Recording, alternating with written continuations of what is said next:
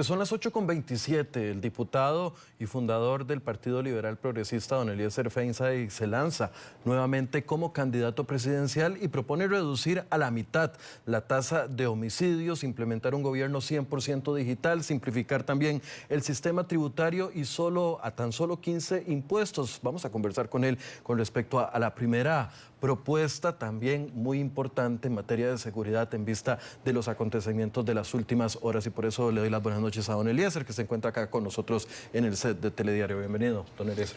Muchas gracias, Michael. Buenas noches y un saludo a toda la audiencia de Multimedios. Un placer estar por acá. Gracias por acompañarnos. Tal vez, don Eli, empecemos por materia de seguridad, para entrar de una vez en materia. Usted escoge como primera opción de vicepresidencia a una criminóloga que tiene conocimiento amplio en materia de seguridad. ¿Esta es una decisión estratégica en materia de campaña en vista del panorama?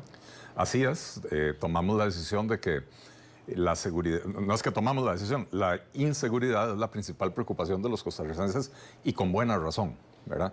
Y tomamos la decisión de que vamos a enfocar la campaña mucho en esos temas y eso nos obliga a rodearnos de las mejores personas. Conversamos con Tania Molina y ella nos hizo el enorme honor de aceptarnos la propuesta. Hay una perfecta alineación entre lo que ella predica en materia de lo que hay que hacer para combatir este flagelo del narcotráfico, del crimen organizado, con políticas multidimensionales, y lo que desde el partido queríamos plantear, de manera que estamos haciendo un equipo, yo creo que es un equipo fantástico con Tania, con todos los expertos que están alrededor de ella, que nos han estado apoyando en nuestros planteamientos, y la idea es darle un golpe certero al narcotráfico. Los cabecillas están identificados, es cuestión de detenerlos, expulsar del país a los que no pertenecen acá y meter a la cárcel a los que sí, y entrar con toda la fuerza del aparato estatal para llenar el vacío que provocaría la salida de estos grupos narcotraficantes, porque al final de cuentas estos grupos del narcotráfico lo que generan es una economía criminal. Inyectan mucho dinero en las economías, eso hace que haya una sensación de bonanza en los lugares donde lo hay. El fin de semana pasado estaba yo en Limón y me decía una persona que un conocido que es dueño de farmacias le dijo que el negocio de las farmacias se había caído después de que el OIJ entró a Limón a principios de año a erradicar bandas criminales, porque le vendían mucho producto a las muchachas que son sometidas a cirugías estéticas, las compañeras de los narcos, ¿verdad?, que después tienen que tomar toda clase de medicamentos para no rechazar el implante, antibióticos, etcétera, y que se les había venido abajo las ventas, ¿verdad? Entonces, es importantísimo no solo el golpe a los grupos del crimen organizado, sino también entrar a reemplazar esa actividad económica con programas de reactivación, presencia policial, recuperación de espacios públicos, etc. A eso iba, don Eli, porque proponer reducir la tasa de homicidios, sabiendo de que estamos teniendo en los últimos 3 años entre 800 y 900 muertes violentas, estamos hablando de reducir en 400 personas asesinadas durante el año. Es una meta muy ambiciosa. Aquí la pregunta es el cómo se va a lograr eso. Bueno, eso precisamente es lo que planteamos. Vamos a contar con cooperación de gobiernos que ya lo tiene ya lo tiene Costa Rica. Estamos planteando, por ejemplo, construir una muralla tecnológica en nuestras fronteras, nuestras costas, puertos, aeropuertos, con tecnología de punta. Drones, cámaras, sensores, etcétera, para tener bien controlados todos los puntos de acceso, darle el golpe o continuar dándole el golpe a estos grupos narcotraficantes, pero como decía, de la mano de otras acciones. Nada ganamos y nada se gana en ningún lugar con eliminar una banda criminal o eliminar los cabecillas de una banda criminal si no hay un plan inmediato para tomar el control, porque entonces lo que sucede es que empiezan las guerras entre ellos para ver quién se queda con el liderazgo de la banda criminal, y lo que hay que hacer es entrar con toda la fuerza del Estado, en el sentido de políticas de reactivación económica. Y para esto tenemos los otros dos ejes de nuestro plan de gobierno, que son gobierno 100% digital, es un golpe a la burocracia de los trámites excesivos, de manera que los emprendedores puedan surgir, puedan llenar ese vacío. Y un golpe al costo de la vida y a los impuestos altos que tenemos en este país, de manera que la clase media pueda prosperar.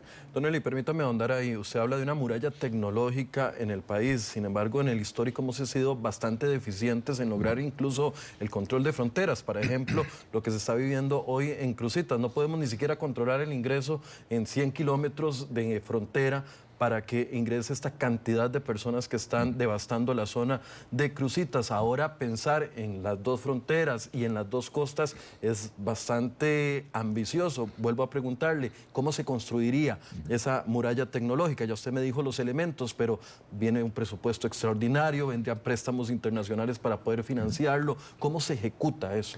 Sí, una combinación de recursos propios del gobierno y créditos internacionales. Tenemos un estimado inicial de que con 10 millones de dólares por cada frontera podemos construir este muro tecnológico, que es básicamente instalar sensores, instalar cámaras, tener drones vigilando. Porque hay que decir una cosa, Michael, este gobierno ha sido sumamente negligente. No han querido incrementar el tamaño de la fuerza policial. Ellos dicen que con la policía que hay es suficiente, cuando los expertos en seguridad nos han indicado que para un país del tamaño de Costa Rica, mínimo usted tiene que tener unos 24,000 policías. La fuerza pública está compuesta por 14,000. Y 24,000 para un país en condiciones de seguridad normales. Nosotros ya no estamos en condiciones de seguridad normales. Entonces, se necesita incrementar el tamaño de la policía. El PLP ha sido muy insistente en eso. Incluso habíamos identificado 300 millones de dólares que el gobierno quería usar y está usando para pagar una membresía en el CAF. Que nosotros dijimos, no hace falta esa membresía en el CAF. El país de por sí obtiene créditos de la Corporación Andina de Fomento. Utilicemos ese dinero para contratar más policías.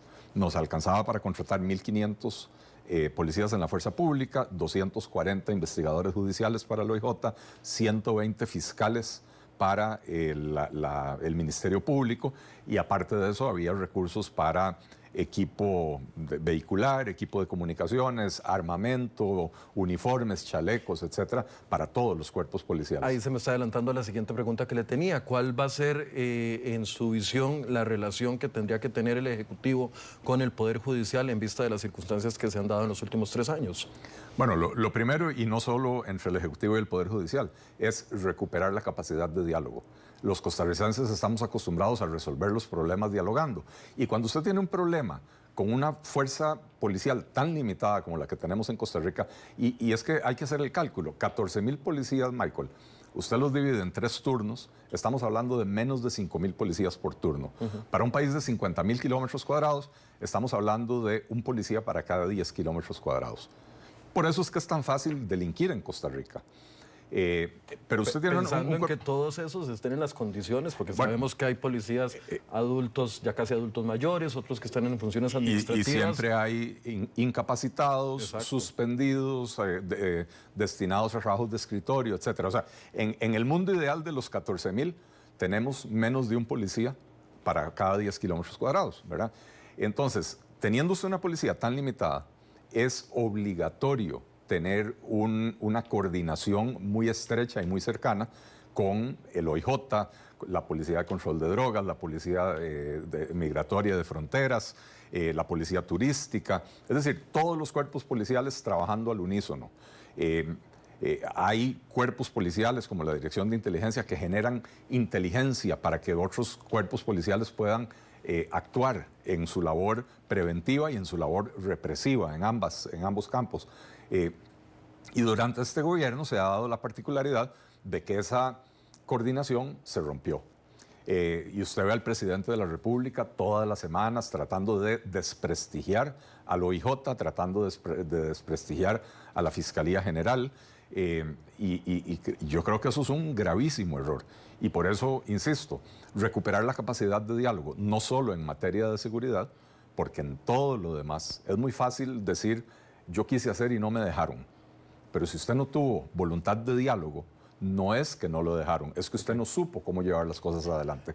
Y por eso es tan importante recuperar esa capacidad, reforzar la coordinación entre los cuerpos policiales y aumentar la capacidad de estos cuerpos policiales de incorporar nuevos agentes a una mayor velocidad de lo que lo pueden hacer hoy. Algunos candidatos presidenciales están hablando de incorporar un estado de excepción o una declaratoria de emergencia nacional por el tema de la seguridad. ¿Cómo ve usted esa idea?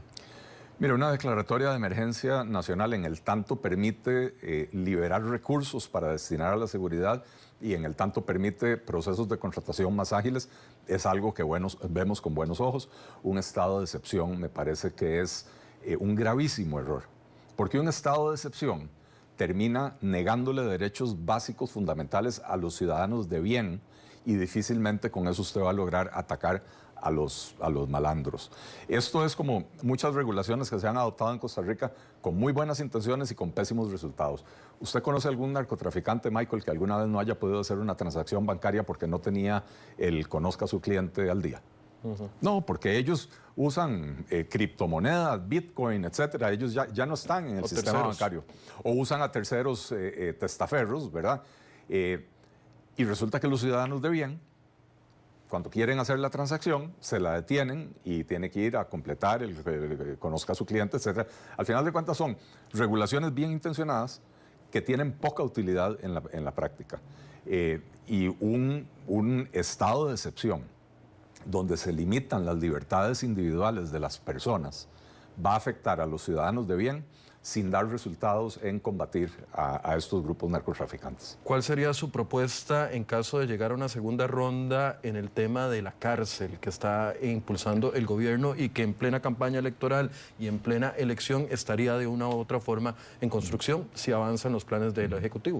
Sí, yo no me tengo que esperar a la segunda ronda para tener una posición al respecto. De hecho, la semana pasada voté en la Comisión de Asuntos Hacendarios para aprobar el presupuesto para la primera etapa para lo que van a poder construir o poder avanzar en este año. Nosotros entendemos que la cárcel es necesaria, que efectivamente Costa Rica se dejó de invertir en capacidad carcelaria desde hace muchos años y que sí es necesario incrementar los espacios. Lo que sería un grave error es pensar que la cárcel nos resuelve los problemas, porque hoy el sistema educativo le está entregando a los jóvenes en bandeja de plata a los grupos narcotraficantes. El sistema educativo dejó de ser relevante para los jóvenes sienten que van a la escuela, van al colegio, no están aprovechando el tiempo, no están aprendiendo nada que les va a servir, que les va a ser útil para su desarrollo profesional. Se salen del colegio de 14, 15 años, no tienen nada mejor que hacer, les ofrecen 1,000 pesos por vender una bolsita de cocaína o de piedra y pueden vender 50 o 60 al día. Imagínense el platal que hacen. Y entonces, si la solución, la única solución y la pomada canaria es la cárcel, lo que vamos a hacer es cambiar a los muchachos de las aulas a la cárcel. Y nosotros tenemos que rescatar a esos jóvenes. Y por eso hablaba al principio, Michael, de políticas multidimensionales. Combatir la inseguridad no es solo un tema de más policías en la calle y más malandros en las cárceles. Don Eli, pero es que aquí también entramos en un tema que genera mucho debate y yo sé que todos tenemos una posición diferente con respecto a eso, pero en el estado de situación de inseguridad en el que estamos, con la violencia que vemos, con la gran cantidad de sicarios jóvenes, ahorita acabamos de presentar una nota de un joven de 16 años que simple y sencillamente andaba con una K-47 y quedó en libertad. Con toda esa bomba de tiempo que se está formando a nivel de seguridad, se necesita, digamos, una intervención de mano más dura que cambie el rumbo, o sea, pegar un golpe en el mando. Se necesita la capacidad. Porque yo entiendo la inversión, perdón que le interrumpa, entiendo la inversión a mediano y largo plazo en materia de seguridad, en materia de reinserción de las personas que están en cárceles y todo, pero el asunto es que se nos están matando 2, 3 personas por noche. Claro, y por eso hablamos de un golpe certero al narcotráfico de entrada, ¿verdad? Pero hablamos también de las otras medidas que hay que tomar, de la coordinación con el OIJ, con los diferentes cuerpos policiales, pero Michael, fui muy insistente en que la capacidad de diálogo no es solo para coordinar a las policías. El gobierno tiene que poder sentarse a conversar con la oposición en la Asamblea Legislativa y con el Poder Judicial para digamos, acordar una agenda de reformas que son importantes, que yo concuerdo en que es necesario avanzar en esa dirección. Ahora, dígame usted, ¿qué favor le hizo el gobierno de la República a los costarricenses cuando dijo no participo en las mesas de diálogo de los tres poderes? Porque se ha estado reuniendo el Poder Ejecutivo con el Poder Judicial y se han establecido prioridades de acuerdo a cómo se ven las cosas desde el Poder Judicial y desde la Asamblea Legislativa, pero está haciendo falta la visión del gobierno, pero el gobierno no le interesa dialogar. Al gobierno no le interesa resolver, Michael. Al gobierno lo que le interesa es que las cosas no sucedan, que sigan sucediendo casos como este del joven con una AK-47 que sale libre, para poder después en la conferencia de prensa decir, ven, yo les dije y no me hicieron caso y no me dejan hacer. Por eso es importante ese diálogo. Por eso yo le preguntaba a usted el cómo desde su visión, ¿verdad? Enfocado desde la proactividad, porque decir una propuesta claramente puede salir cualquier cosa, ¿verdad? Puede ser muy atractiva electoralmente, pero el cómo traducir eso es la clave de todo. Así es, y por eso nos hemos hecho rodear del mejor equipo de expertos en seguridad que nos están ayudando a diseñar ese plan, específicamente el cómo, todos los pasos que hay que dar, pero involucra lo que he mencionado, ¿verdad? Que es no arrugarse, no rendirse ante los narcotraficantes. Sabemos dónde están. Todo el mundo sabe dónde está el diablo. Pareciera que solo los cuerpos policiales de Costa Rica no. Usted va a Guapiles, usted va a Cariari y todo el mundo le dice que ellos saben dónde está y dónde vive y dónde se mueve. Pero resulta que nadie lo encuentra, ¿verdad? Entonces, aquí hay una cuestión de decisión, de tomar decisiones y decir, vamos adelante con esto. Vamos a encontrarlos, vamos a sacarlos de circulación y vamos a llenar el vacío que ellos dejan, no con otros grupos narcocriminales, sino con actividad sana, recuperación de espacios públicos, iluminación de canchas de deportes, de parques, etcétera, para que los jóvenes puedan salir a hacer actividades sanas en la calle sin el peligro, digamos, de la oscuridad. En la mayoría de las canchas de básquet de las comunidades, en la noche se convierten en antros. Se han robado hasta los aros. Ya no se puede ni jugar básquet. Bueno, póngales iluminación, póngales cámaras, póngales sensores y entonces los malandros, que no son tontos, se van a ir a otro lado. Okay. Ahora haga eso en todas partes del país y entonces no van a encontrar a dónde desarrollar su actividad. Hay una herramienta muy potable también que a veces no se aprovecha y son las policías municipales de las diferentes zonas del país que se han ido fortaleciendo. ¿Habría un acercamiento del Ejecutivo si usted quedara electo en ese sentido con las municipalidades? Por supuesto que sí. Sí, lo que vengo diciendo es, en un país con cuerpos policiales tan limitados en tamaño, tenemos que aprovechar todas las fuerzas policiales que hay. Y eso involucra, insisto, a la policía de tránsito, a la policía turística, a la policía de migración, a la policía de fronteras, a los guardaparques, porque lo que tenemos que atacar también es la economía criminal, que es un fenómeno del que casi no se habla. Pero estos grupos de crimen organizado no solo se dedican al narcotráfico, hacen otras actividades para lavar dinero. Y entonces buena parte de la importación de cigarrillos contrabandeados en Costa Rica provienen precisamente de estos grupos del crimen organizado. Están lavando dinero con esa actividad. Tráfico de especies exóticas, no exóticas, especies silvestres, especies protegidas, están involucrados en eso, porque eso les ayuda a lavar dinero. Entonces hay que atacar a las manifestaciones del crimen organizado, del narcotráfico, en todas sus dimensiones, para cerrarles el acceso a esos recursos. Y aquí nuevamente hago mención a las regulaciones que históricamente y tradicionalmente la gente cree que funcionan. Extinción de dominio. Ya la legislación costarricense tiene extinción de dominio. Ya eso existe. Entonces cada vez dicen, bueno, no funcionó, hagámoslo más duro. Ahora en la última versión, que todavía está en discusión en la Asamblea Legislativa, pretenden que se le pueda congelar los bienes a una persona contra la cual ni siquiera existe una acusación formal. Es decir, a usted lo empiezan a investigar, Michael, usted no sabe que lo están investigando, usted entra a su cuenta por la computadora y se da cuenta que le congelaron sus recursos. Y usted no puede ser que usted tenga un negocio, usted no puede continuar con ese negocio, no puede pagar la luz de la casa, no puede pagar el teléfono, la escuela de los chiquitos, etc. Y nuevamente, eso, y perdón por el francés, ¿eso a quién jode? jode a los ciudadanos de bien, porque los narcotraficantes no manejan sus bienes y sus activos de la misma manera que los manejamos las personas de bien.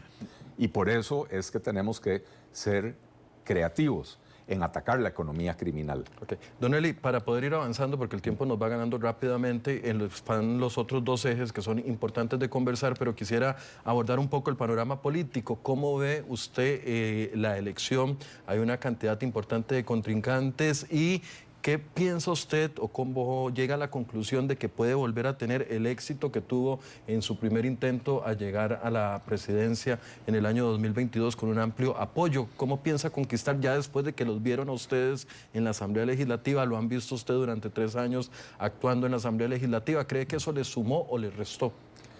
Mire, la Asamblea Legislativa nunca es amigo de absolutamente nadie. Es la institución peor valorada por la ciudadanía y esto no es nuevo, esto no es... El gobierno, el presidente le ha echado mucho carbón a ese sentimiento, pero ya desde antes la Asamblea Legislativa venía mal valorada. Sin embargo, yo invito a los costarricenses a que analicen el trabajo que uno hizo en la Asamblea Legislativa. No lo que le dicen, sino que lo que realmente se hizo. El PLP ha presentado alrededor de 180 proyectos de ley, todos y cada uno de ellos apegados a lo que propusimos en nuestro plan de gobierno. Nosotros hablamos de eliminar 90 impuestos. Somos la fracción más pequeña de la Asamblea Legislativa y, sin embargo, llevamos 24 impuestos eliminados o disminuidos. El que más sonó fue el marchamo, que cada diciembre ahora los costarricenses, cuando sienten ese alivio en el bolsillo de que ya el gobierno no les quita la totalidad del aguinaldo para pagar el marchamo, eso fue gracias a un proyecto del PLP.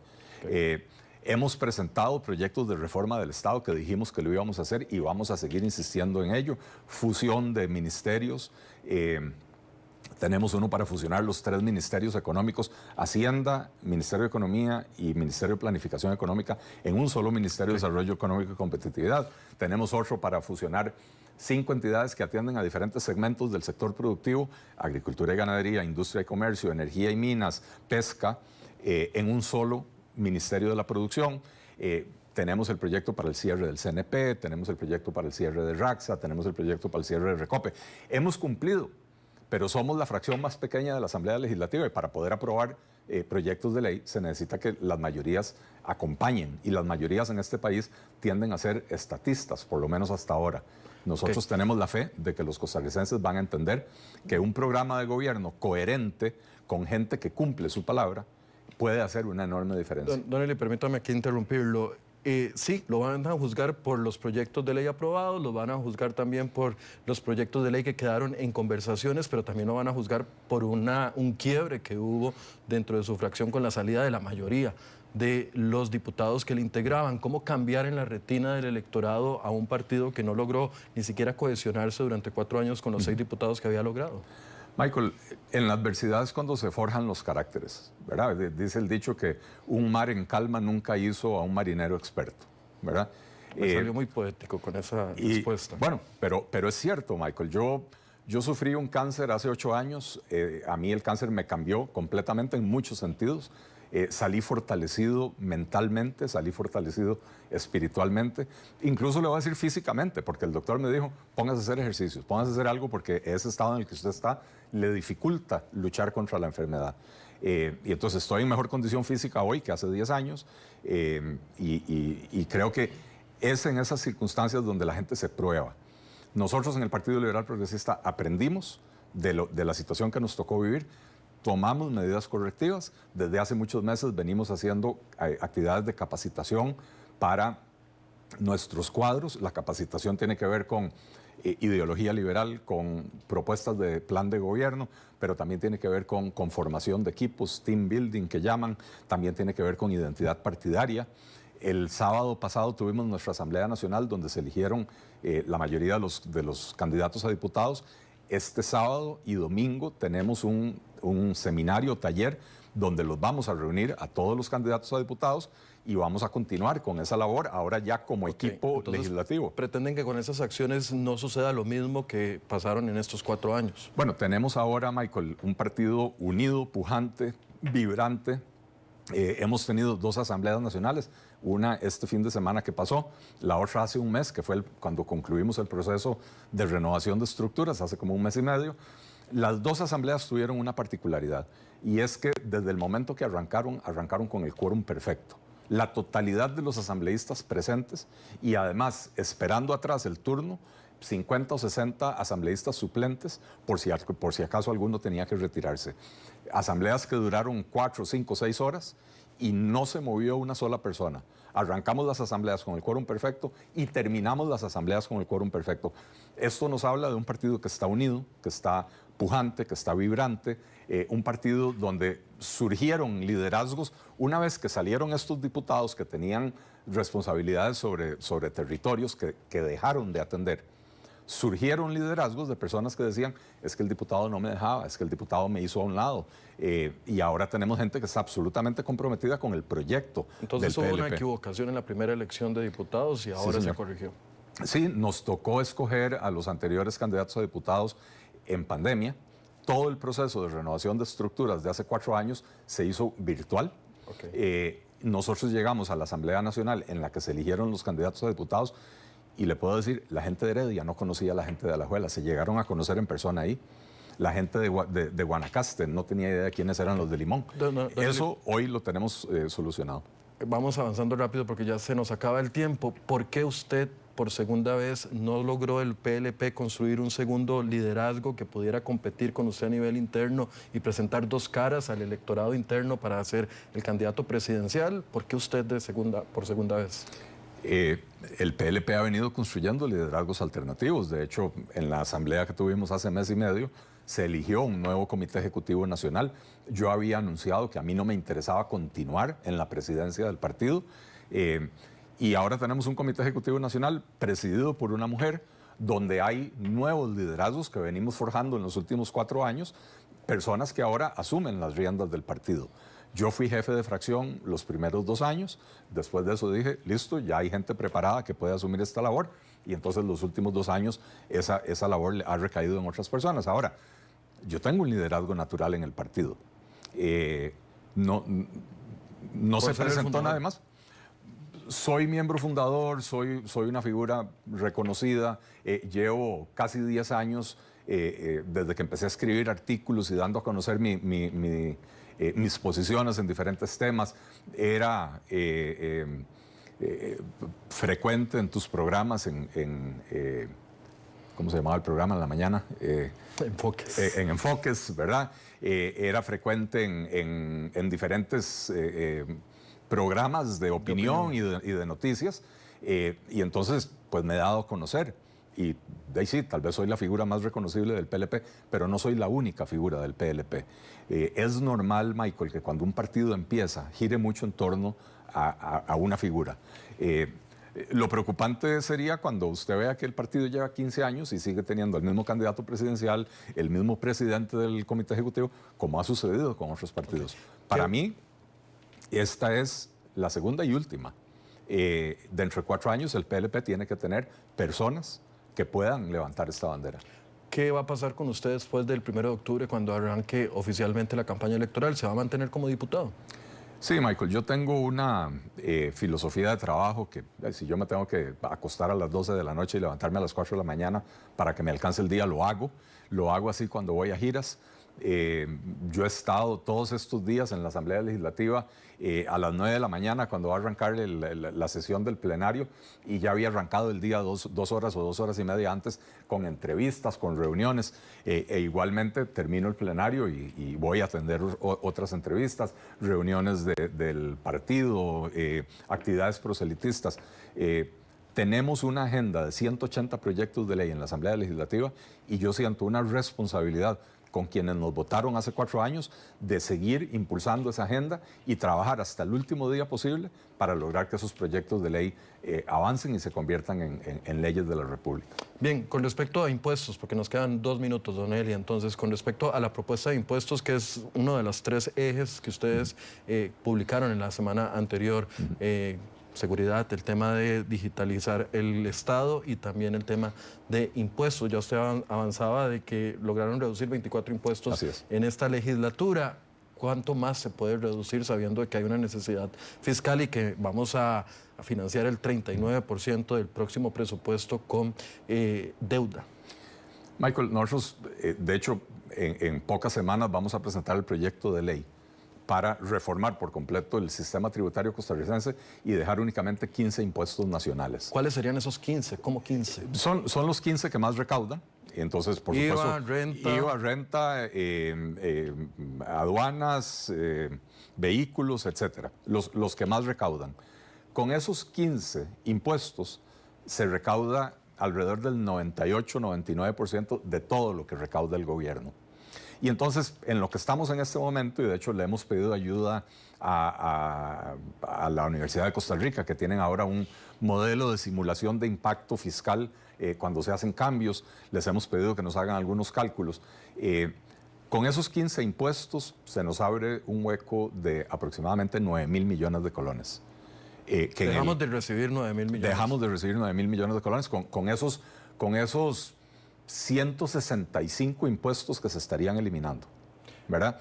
¿Y cómo se va a financiar eso entonces? Bueno, endeudándonos más. Por eso le digo, le hemos pedido a la Universidad de Costa Rica que nos haga algunas simulaciones, pronto vamos a tener ya los resultados para poder hacer algún ajuste en algún impuesto que nos permita recaudar ese monto. Lo importante de esos impuestos que se dejan de cobrar... No, pero suave ahí un momento, ¿verdad? Porque si van a eliminar un montón de impuestos y va a subir renta o IVA, claramente eso va a tener un impacto en la gente para recuperar esos 9.000 millones. No vamos a tocar renta o IVA, eso estamos clarísimos, aunque en las simulaciones nos han hecho análisis de cómo habría que modificar el impuesto de la renta. La decisión que hemos tomado es que no vamos a tocar ni el impuesto de la renta ni el IVA, pero hay otros impuestos que se pueden ajustar con un impacto mínimo, porque al final de cuentas prefiero dejarlo para cuando lo publiquemos, Michael, porque todavía están haciéndose las corridas y los análisis y sería iluso adelantar cuál va a ser. Pero entonces, ahora estamos hablando, ¿dentro de Michael, cuánto tendríamos esa claridad? Estamos hablando de 9.000 millones de colones. Cuando estamos hablando de que el presupuesto de la República son 12.800 millones de colones. 800 millones de millones. Y son 9.000 millones de colones. O sea, es menos del 1 por mil, ¿verdad? Del presupuesto. De esos 12.800 millones de colones, que es el presupuesto, alrededor de 7.500 millones son recaudación de impuestos. Entonces estamos hablando de un poquito más del 1 por mil de todo lo que se recauda, es lo que necesitamos recuperar. ¿Cuándo afinarían esos números ya para ir concluyendo? Estamos en eso. Yo espero en el próximo par de meses poder tenerlo listo para presentarlo y dejarlo de una vez en la corriente legislativa. ¿Por qué? Porque nosotros empezamos con un enfoque de presentar proyectos de ley para eliminar impuestos. Y nos dimos cuenta de que la resistencia es demasiada. Incluso impuestos que nunca han recaudado un centavo fueron sacados del proyecto de ley que yo presenté por mociones de compañeros diputados que dijeron, Michael, hay un impuesto... Pero Eli, es que proponer reducir impuestos es muy popular siendo oposición, pero cuando uno está en el Ejecutivo, ahí cambia el asunto. Yo siempre pongo el ejemplo de la pregunta naif que yo le hice a doña Laura Chinchilla hace más de 14 años preguntándole por el impuesto único a los combustibles y de alguna manera pensaba aliviar el bolsillo de los costarricenses. Claramente ella me dijo, ni siquiera pienso tocarlo, porque es uno de los que más nos afecta. Las gasolinas para todos son más caras aquí en nuestro país que en el resto de Centroamérica y eso es claridad. Entonces, cuando uno está en oposición es muy fácil y muy popular decir, vamos a reducir impuestos, pero ya cuando se está en el Ejecutivo... Vea lo que yo le estoy diciendo. No, es que si uno tiene coherencia y consistencia en lo que uno dice, no deberían de cambiar las cosas si uno está en oposición o uno está en el Ejecutivo. Vea lo que yo le estoy diciendo. Voy a dejar presentado el proyecto de ley. Yo tengo la fe de que vamos a estar en la segunda ronda y vamos a ganar esa segunda ronda. Y ese proyecto de ley va a quedar presentado y lo voy a impulsar siendo presidente de la República con una fracción más grande del Partido Liberal Progresista, porque creo en eso, porque creo en aliviarle el bolsillo a los costarricenses, porque si le vamos a dar un golpe al narcotráfico, necesitamos que la inversión de bien de este país pueda crecer. Y esa inversión no va a crecer si usted no le da un alivio en el bolsillo de los costarricenses.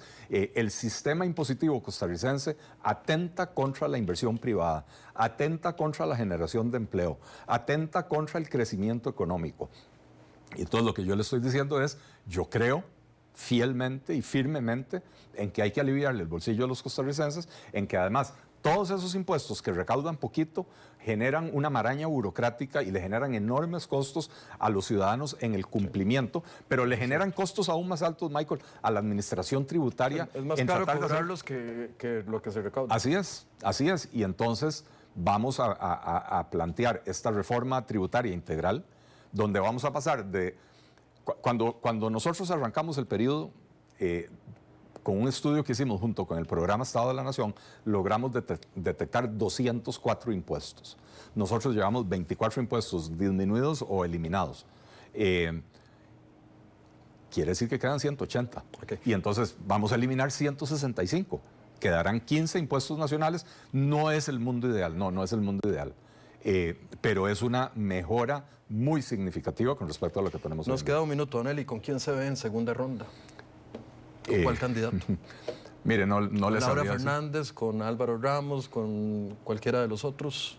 No les sabría decir con quién. Yo me preocupo de nuestro trabajo y estoy convencido de que si llegamos a segunda ronda, los costarricenses van a escoger nuestra opción contra quien sea que llegue, ya sea que sea Liberación Nacional, ya sea que sea la continuidad de este proyecto autoritario, antidemocrático. Estoy seguro que los costarricenses van a escoger la opción sensata que representa democracia, diálogo, pero también decisión, acción y ejecución para resolver los problemas de los costarricenses. 9 con 3 minutos, 20 segundos para que pueda hacer un cierre, Oneli. Yo invito a los costarricenses a que nos sigan y que observen la coherencia entre lo que decimos que vamos a hacer, lo que hemos hecho y lo que estamos planteando a futuro. 3 golpes certeros: un golpe al narcotráfico, un golpe a la burocracia y al exceso de trámites y un golpe al costo de la vida y a los altos impuestos para que los costarricenses puedan volver a emprender. Queremos tener 1 millón de costarricenses emprendiendo en los próximos 8 años, para que las madres se queden tranquilas cuando sus hijos salen a jugar en la calle, para que las noches sean para celebrar y no para quedarse en la casa escondidos y con miedo, para recuperar la paz, la democracia y la tranquilidad. Bien, Eliezer Feinze, candidato presidencial del Partido Liberal Progresista. Me imagino que no va a ser la última vez que hablemos antes de elecciones, pero por lo menos pudimos hacer un adelanto de la situación. Vamos a estar invitando también al resto de los candidatos para seguir hablando de los temas. Gracias por venir. Muchas gracias por la invitación, Michael, y un saludo.